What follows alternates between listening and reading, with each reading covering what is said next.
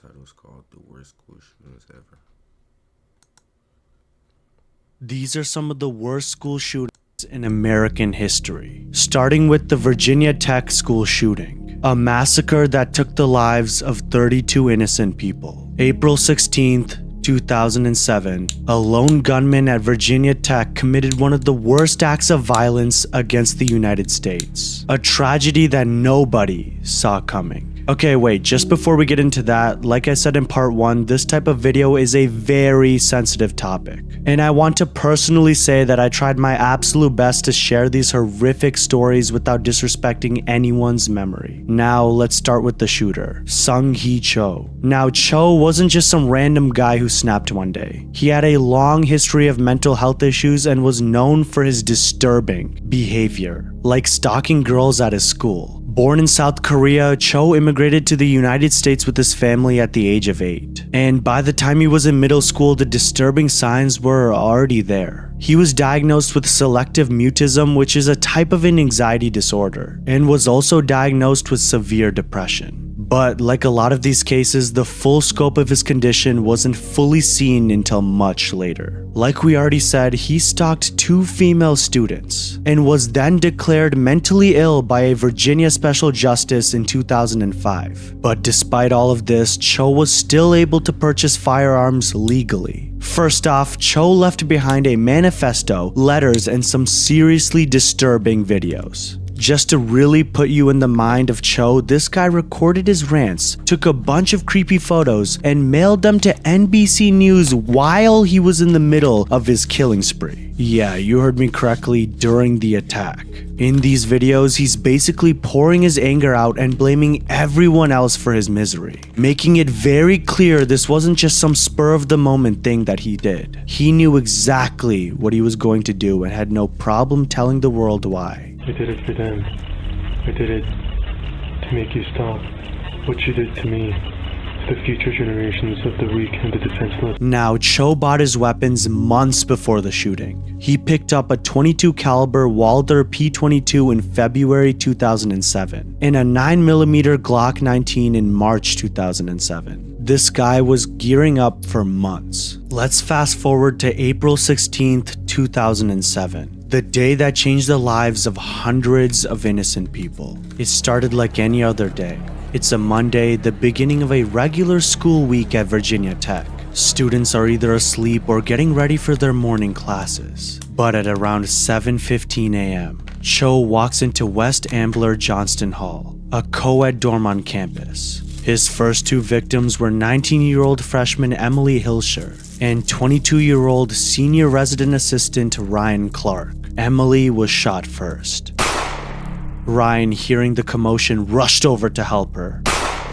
Both were shot to death in cold blood. Now, it wasn't widely publicized where he shot them, but both are said to have died almost instantly. So most likely they were probably shot in the head. After brutally killing the 2 people, Cho slips out of the dorm unnoticed, ready to start phase 2 of his dark plan. Now, here's where things get even worse. The university didn't immediately know this was the start of a larger attack. The initial assumption was that this was an isolated incident and maybe a domestic dispute. So instead of locking down the entire campus, they issued a little email warning at 9:26 a.m. saying that there had been a shooting, but the authorities believed the situation was under control.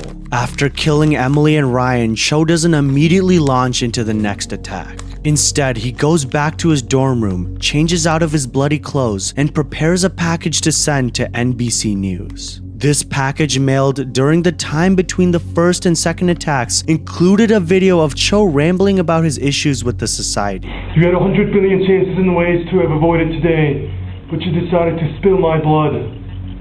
You forced me into a corner and gave me only one option. The decision was yours.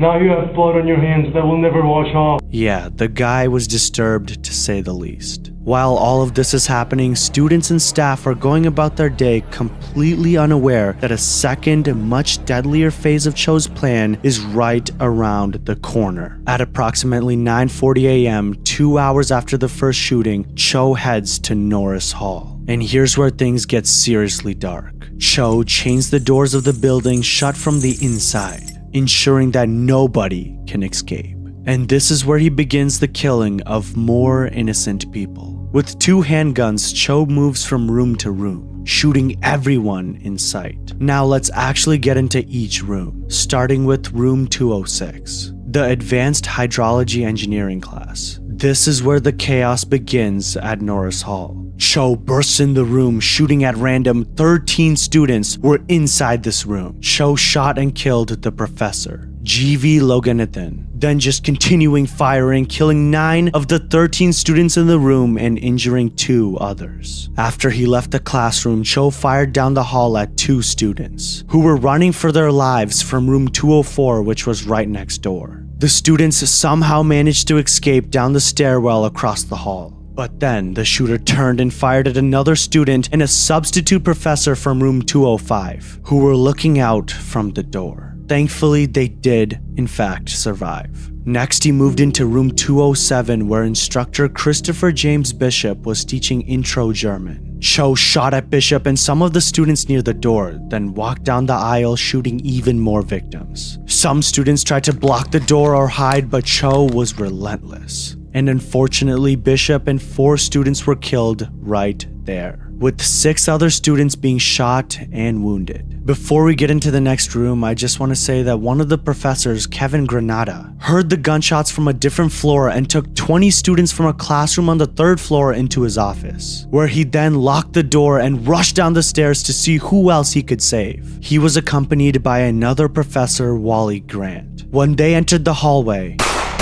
Professor Wally and Kevin were both shot by Cho. After being shot, Grant quickly ran into the bathroom trying to save his own life. He was wounded, but did actually survive the injuries later on. But unfortunately, Kevin Granada did in fact die from his wounds. But because of Kevin, none of the students locked in his office were ever hurt or killed. This man was a true hero. And Cho was not finished here. Just a few minutes before the second shooting began, Jocelyn Cotier Nowak was teaching intermediate French. One of the students in her class arrived late and she looked over at Jocelyn and told her that she was late because the police had locked down her dorm. This dorm was West Ambler Johnston, and the reason that it was locked down was because of a double homicide that occurred earlier that morning. 9:39 a.m. The gunshots were getting louder. Now here's the part that gets scary. Everyone in the room thought that the sound had to do with nearby construction, so nobody in the room even panicked. But then, in a second, Jocelyn's face dropped to the floor as she realized what was really happening in the hallway. She turns to her class and says, "Please tell me that's not what I think it is." She then walked over to the door, opened it, and peeked into the hallway, which is when she slammed it and barricaded the door as quickly as she could with a few desks. In a complete panic, she turned to her students and started yelling at them to get on the floor and under their desks. Some did, but others froze because of the fear. Cho started heading towards room 211. In this room, a 911 call was made by Colin Goddard, who, by the way, is one of the survivors of the Virginia Tech shooting. "Room 211, Norris Hall," he says quietly. "Where is that?" the dispatcher asks. "Virginia Tech." His tone was urgent but somewhat calm. Some noises are heard over the phone. "The door, put desks in front of the door," is heard in the background. Cho shoots through the door, and not even a minute into the call, loud bangs are echoing through the line. He then risks a glance back and catches a glimpse of someone, combat boots and all. He mutters something, but it's too quiet to hear, and then nothing. He goes silent as Cho enters and kills Professor Couture Nowak right in front of him. The dispatcher asks if Goddard's okay. Nothing. Meanwhile, the gunfire continues. Goddard shuts his eyes, probably hoping this nightmare will end, but it doesn't, as everyone in the room hid in fear. A student named Matthew Laporte, who was a trained Air Force ROTC member of the Virginia Tech Corps of Cadets, knew he had to do something. So he looked right at the shooter, got up, and charged towards Cho with everything he had and attempted to tackle him to the ground to stop him.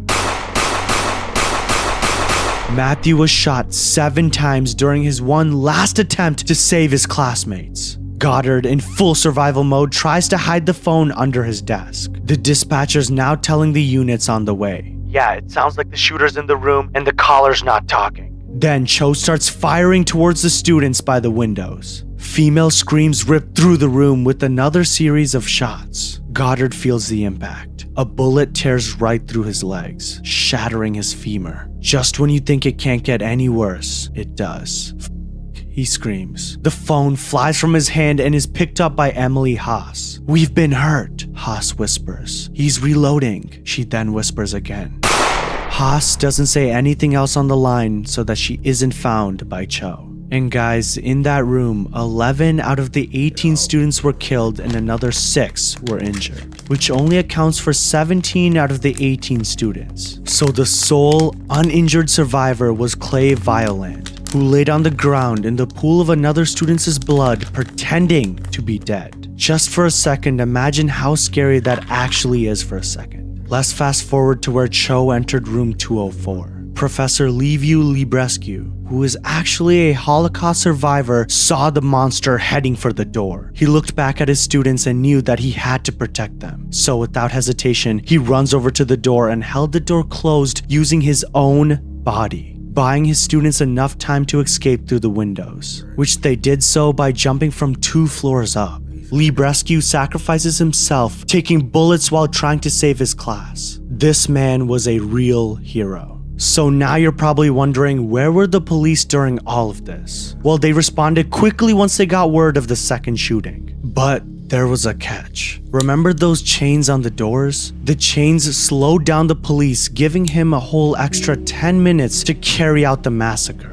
The cops eventually shot the locks, but by the time they got inside Norris Hall, it was already too late. The damage was done. At 9:51 a.m., about 10 minutes after the second attack started, in the center of room 211, after killing 32 people, Cho turns the gun on himself and ends his own life with a single bullet to the head. When the police enter room 211, they saw Cho laying on the ground, dead, with his guns beside him, and some of the students who were either injured or playing dead heard the officer's first words: "Gunman down." He never even gave the police a chance to arrest him. He took the easy way out while families had to sit there and suffer after what he did. 32 people dead, not including Cho himself, and 17 others were injured, which made the Virginia Tech school shooting one of the deadliest school shootings in US history. Next up is the Columbine school shooting. April 20th, 1999, at Columbine High School, a shooting that killed 12 students and 1 teacher in under 1 hour. But before we dive into that horrific day, let's talk about the months leading up to it, and how Eric Harris and Dylan Klebold meticulously planned what became one of the most well-known school shootings to date. The shooters Eric Harris and Dylan Klebold were both students at Columbine. They were 18 and 17 years old. Eric Harris was the ringleader, and to say that he was angry at the world would be an understatement. His journal entries, essays, and even a website that he had set up were filled with violent, hateful rants. Dylan Klebold, well, he was quieter. But don't let that fool you, he was dealing with his own issues, mostly self-hatred and depression. His journals were filled with suicidal thoughts, but being paired with Harris brought out an even more violent side.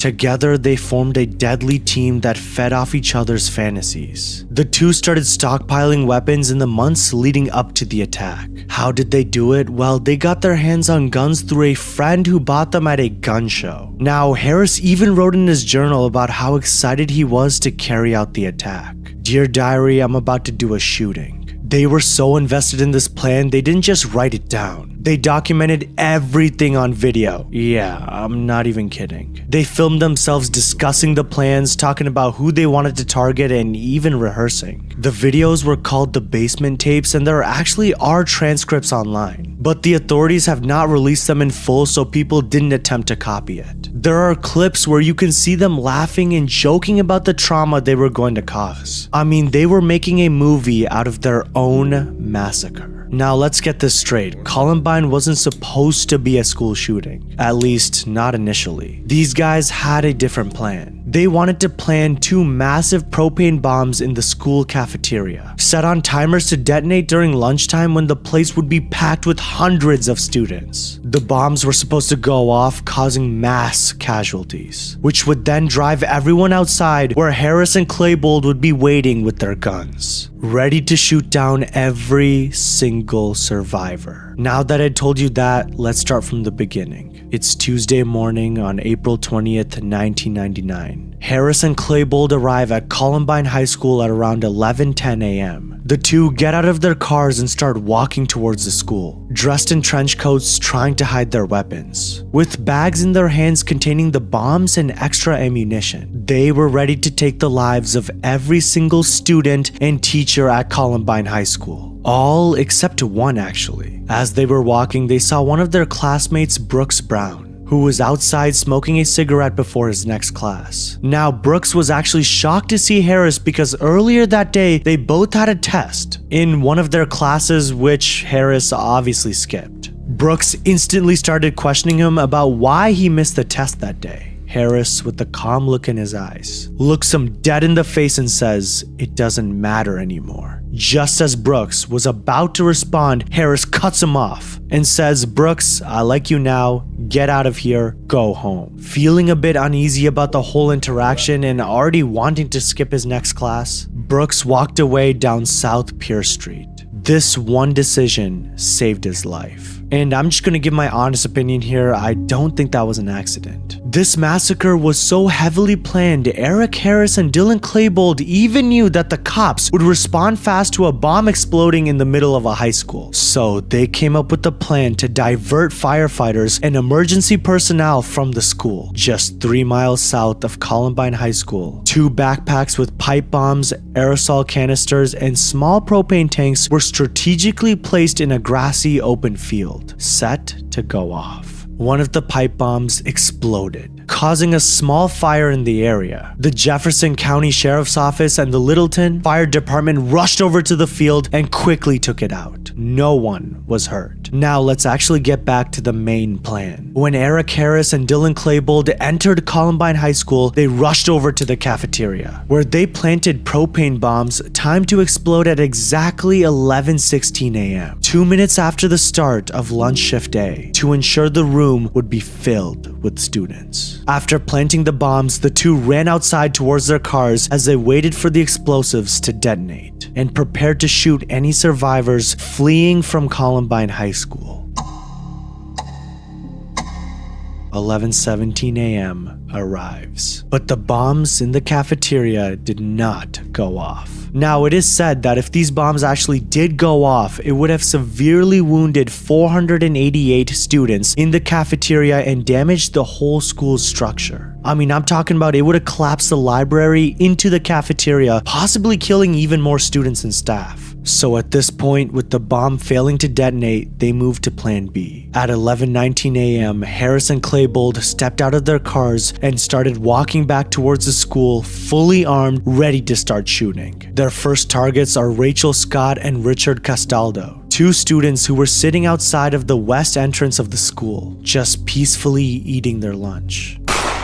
The two shot both of them. Rachel is killed instantly when she was hit 4 times with rounds fired from Harris's carbine. Richard was shot 8 times in the chest, arm, and abdomen by both Harris and Klebold. He was left paralyzed below the chest. Harris then aimed his carbine down the west staircase in the direction of 3 students: Daniel Raba, Sean Graves, and Lance Kirkland. And guys, the students assumed that they were holding paintball guns and were about to walk up the staircase when Harris shot 10 bullets right at them, killing Daniel and injuring Sean and Lance. Dave Sanders, a teacher and coach at the school, was in the cafeteria when he heard the gunfire and began warning students around him. Klebold walked towards the students he and Harris had just injured. He first shot once at the body of Daniel with his shotgun, and then turned to Lance Kirkland, who was already wounded and lying on the ground from being shot by Harris. Lance begged for help, begged for his mercy. Klebold paused, stared into his soul, then said, "Sure,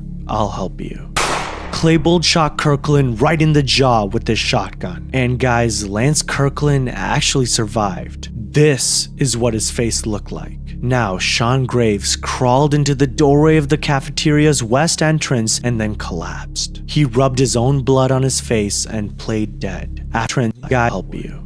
Kirkland, Klebold shot Kirkland right in the jaw with his shotgun. And guys, Lance Kirkland actually survived. This is what his face looked like. Now, Sean Graves crawled into the doorway of the cafeteria's west entrance and then collapsed. He rubbed his own blood on his face and played dead. After shooting Kirkland in the face with his shotgun, Klebold walked towards the cafeteria door. Here's something you may find disturbing. As he stepped over Sean, That's scary.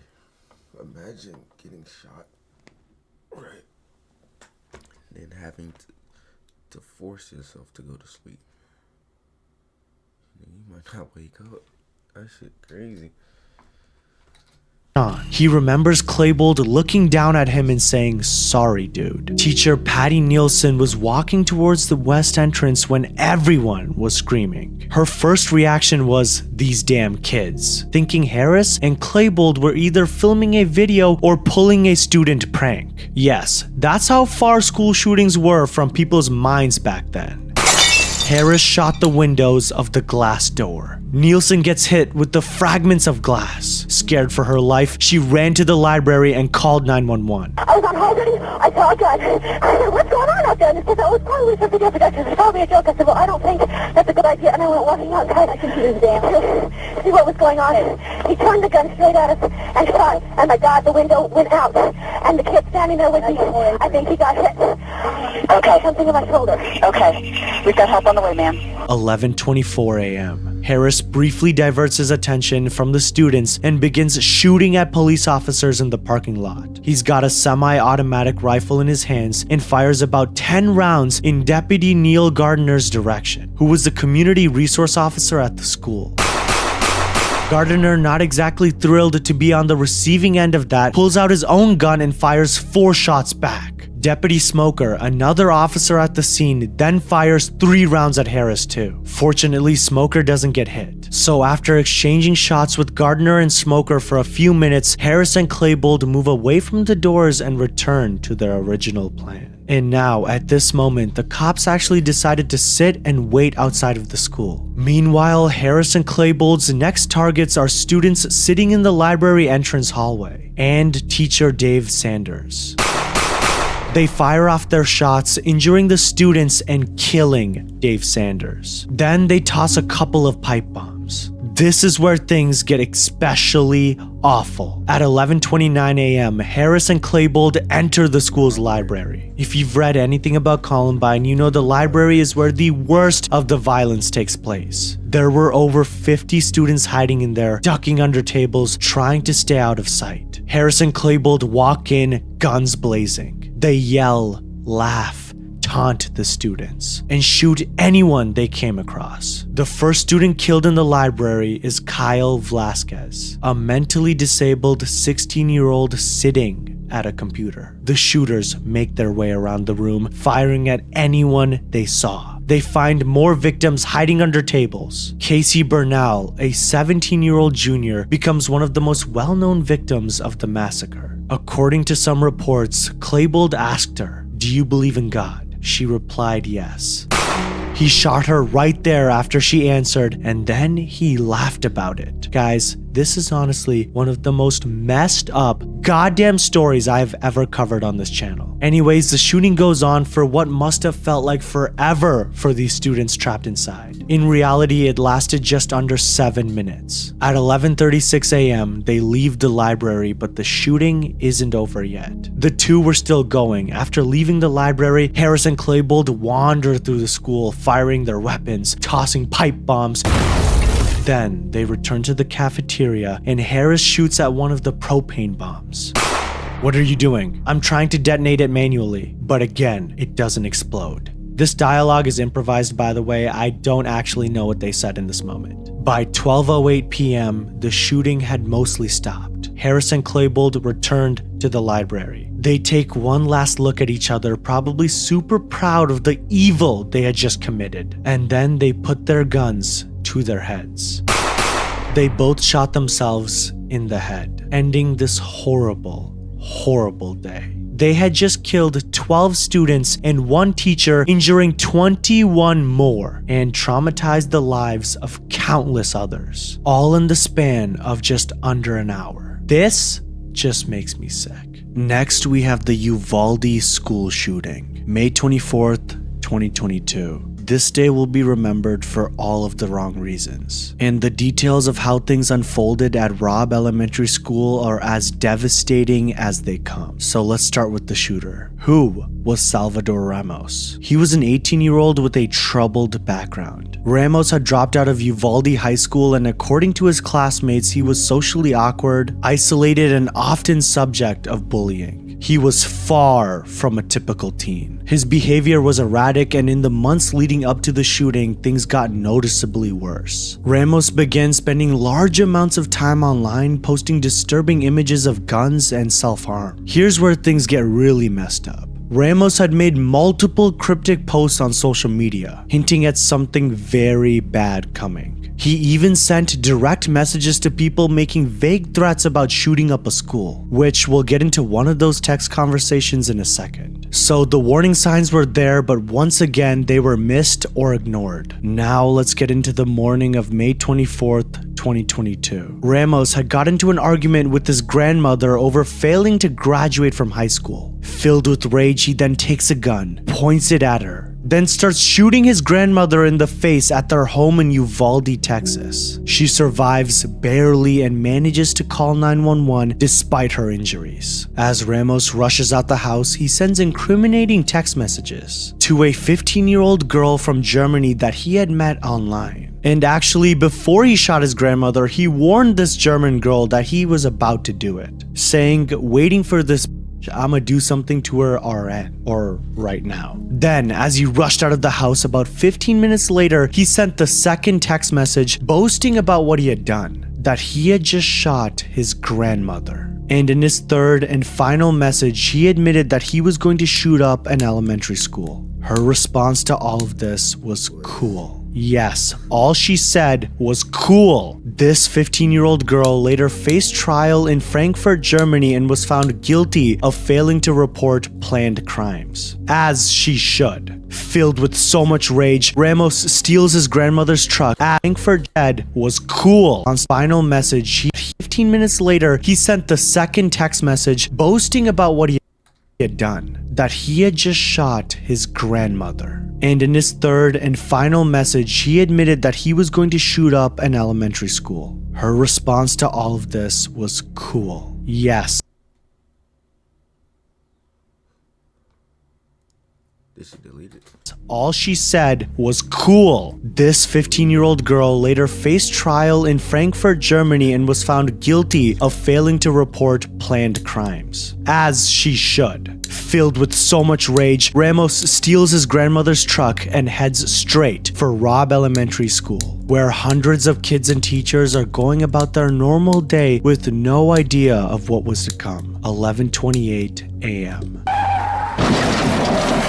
Ramos crashes the truck into a ditch near the school. And by the way, here's what it actually looked like. Then Ramos quickly gets out of his car from the passenger side door, takes his Daniel Defense AR-15 style assault rifle, points it at two witnesses outside a nearby funeral home, and starts firing. He fired 4 shots. Neither of them were hit. By this point, several people had seen Ramos crash the truck and noticed he was walking towards the school carrying a rifle. 11:32 a.m. Ramos fires multiple rounds at the outside of the school. It is even said that some of the bullets went through a window. Inside, a 4th grade student saw Ramos with what he later described as a big gun. Before we get into Ramos entering the school, here's actually a diagram that shows the distance between his grandmother's house to the crash site and the school. Calls were already coming into the police, warning them that a man with a gun was heading towards Robb Elementary. We'll get to the police's response later. Trust me, it's bad. At 11:33 a.m., Ramos enters Robb Elementary through an unlocked door through the west entrance. Yup, unlocked. He walks in as he's supposed to be there, carrying a rifle and a backpack filled with ammunition. It's almost unimaginable that a door could be left unsecured after all of the school shootings up until 2022. But that's exactly what happened. Ramos arrives at 2 connected classrooms, rooms 111 and 112, which are filled with students between the ages of 9 and 11. The teacher, Irma Garcia, tried to lock the door to the classroom. Ramos shot the door's window. Garcia was backed into the classroom by the shooter. In her final moments, she looked back at her students and told them good night. Then she was shot and killed in front of all of her students. Ramos looks at the kids screaming in fear and says, "You're all going to die." This is according to one of the survivors in the room. He then opened fires. No warning, no hesitation.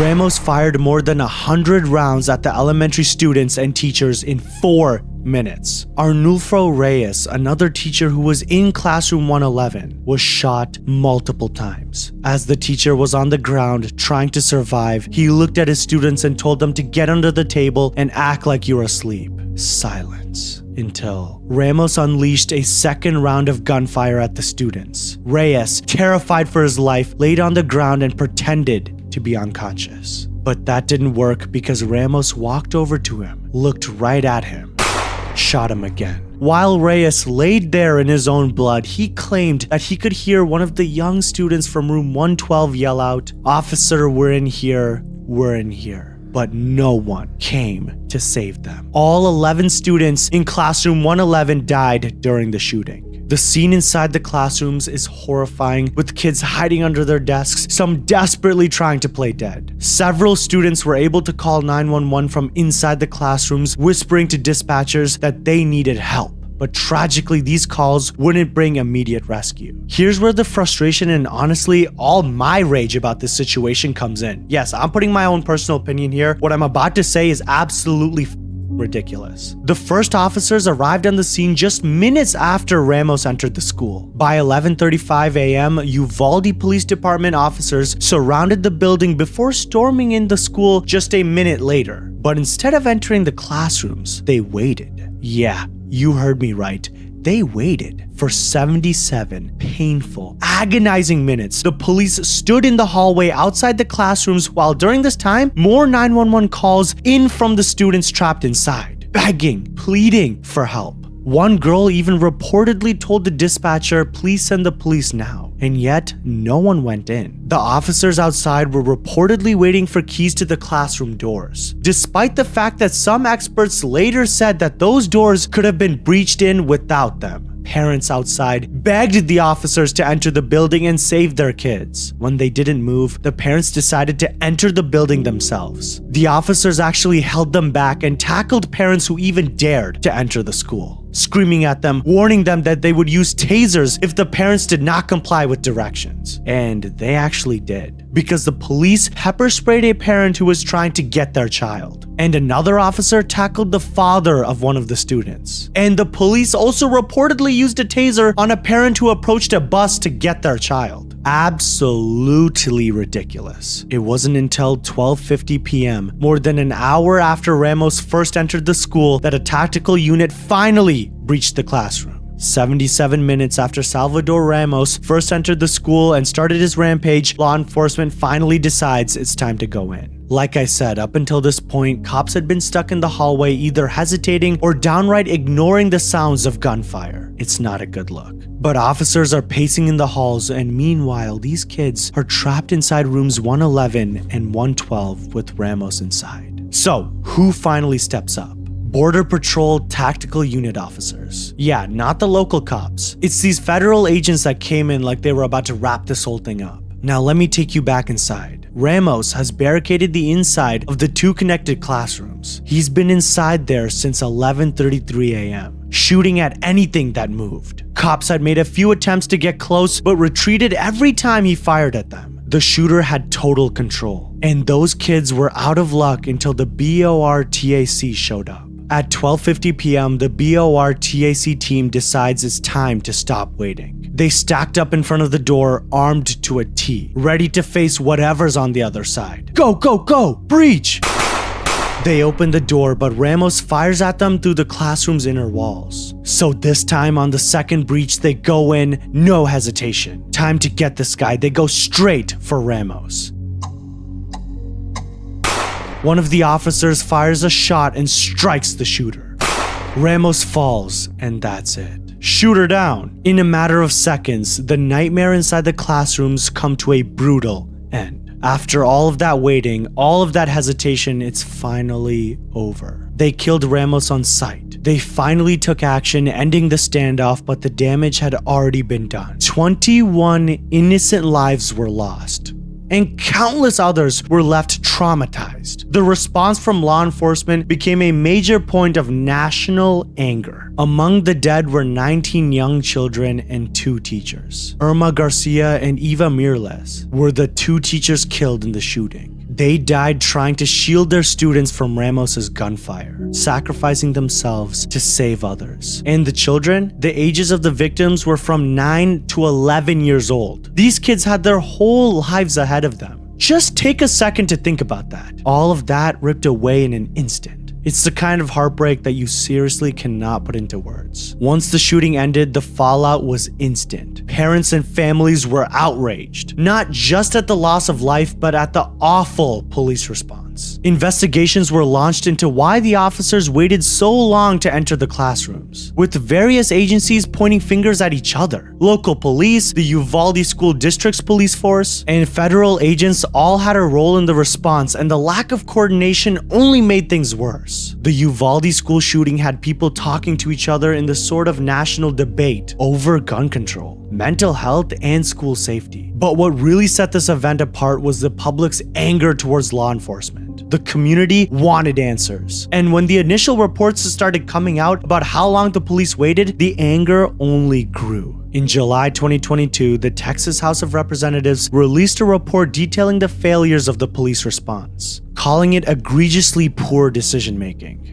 The report highlighted that over 370 law enforcement officers were on the scene, and yet no one took command of the situation. The school's safety measures were also called into question, particularly the unlocked door that allowed Ramos easy access to the building. I just want to say that originally I wasn't going to make a part 2 to the last video right here, but I know in the last video a lot of people wanted me to talk about certain tragedies like Columbine. Now, as I'm doing research for this video, I realized that there are so many school shootings that there is no way you can even know all of them. Seriously guys, please stay safe and be aware of the signs, because I know a lot of you guys, or even people you love, might still be in school. I love all of you guys so much, and I hope this video can help spread awareness. Thank you guys for watching.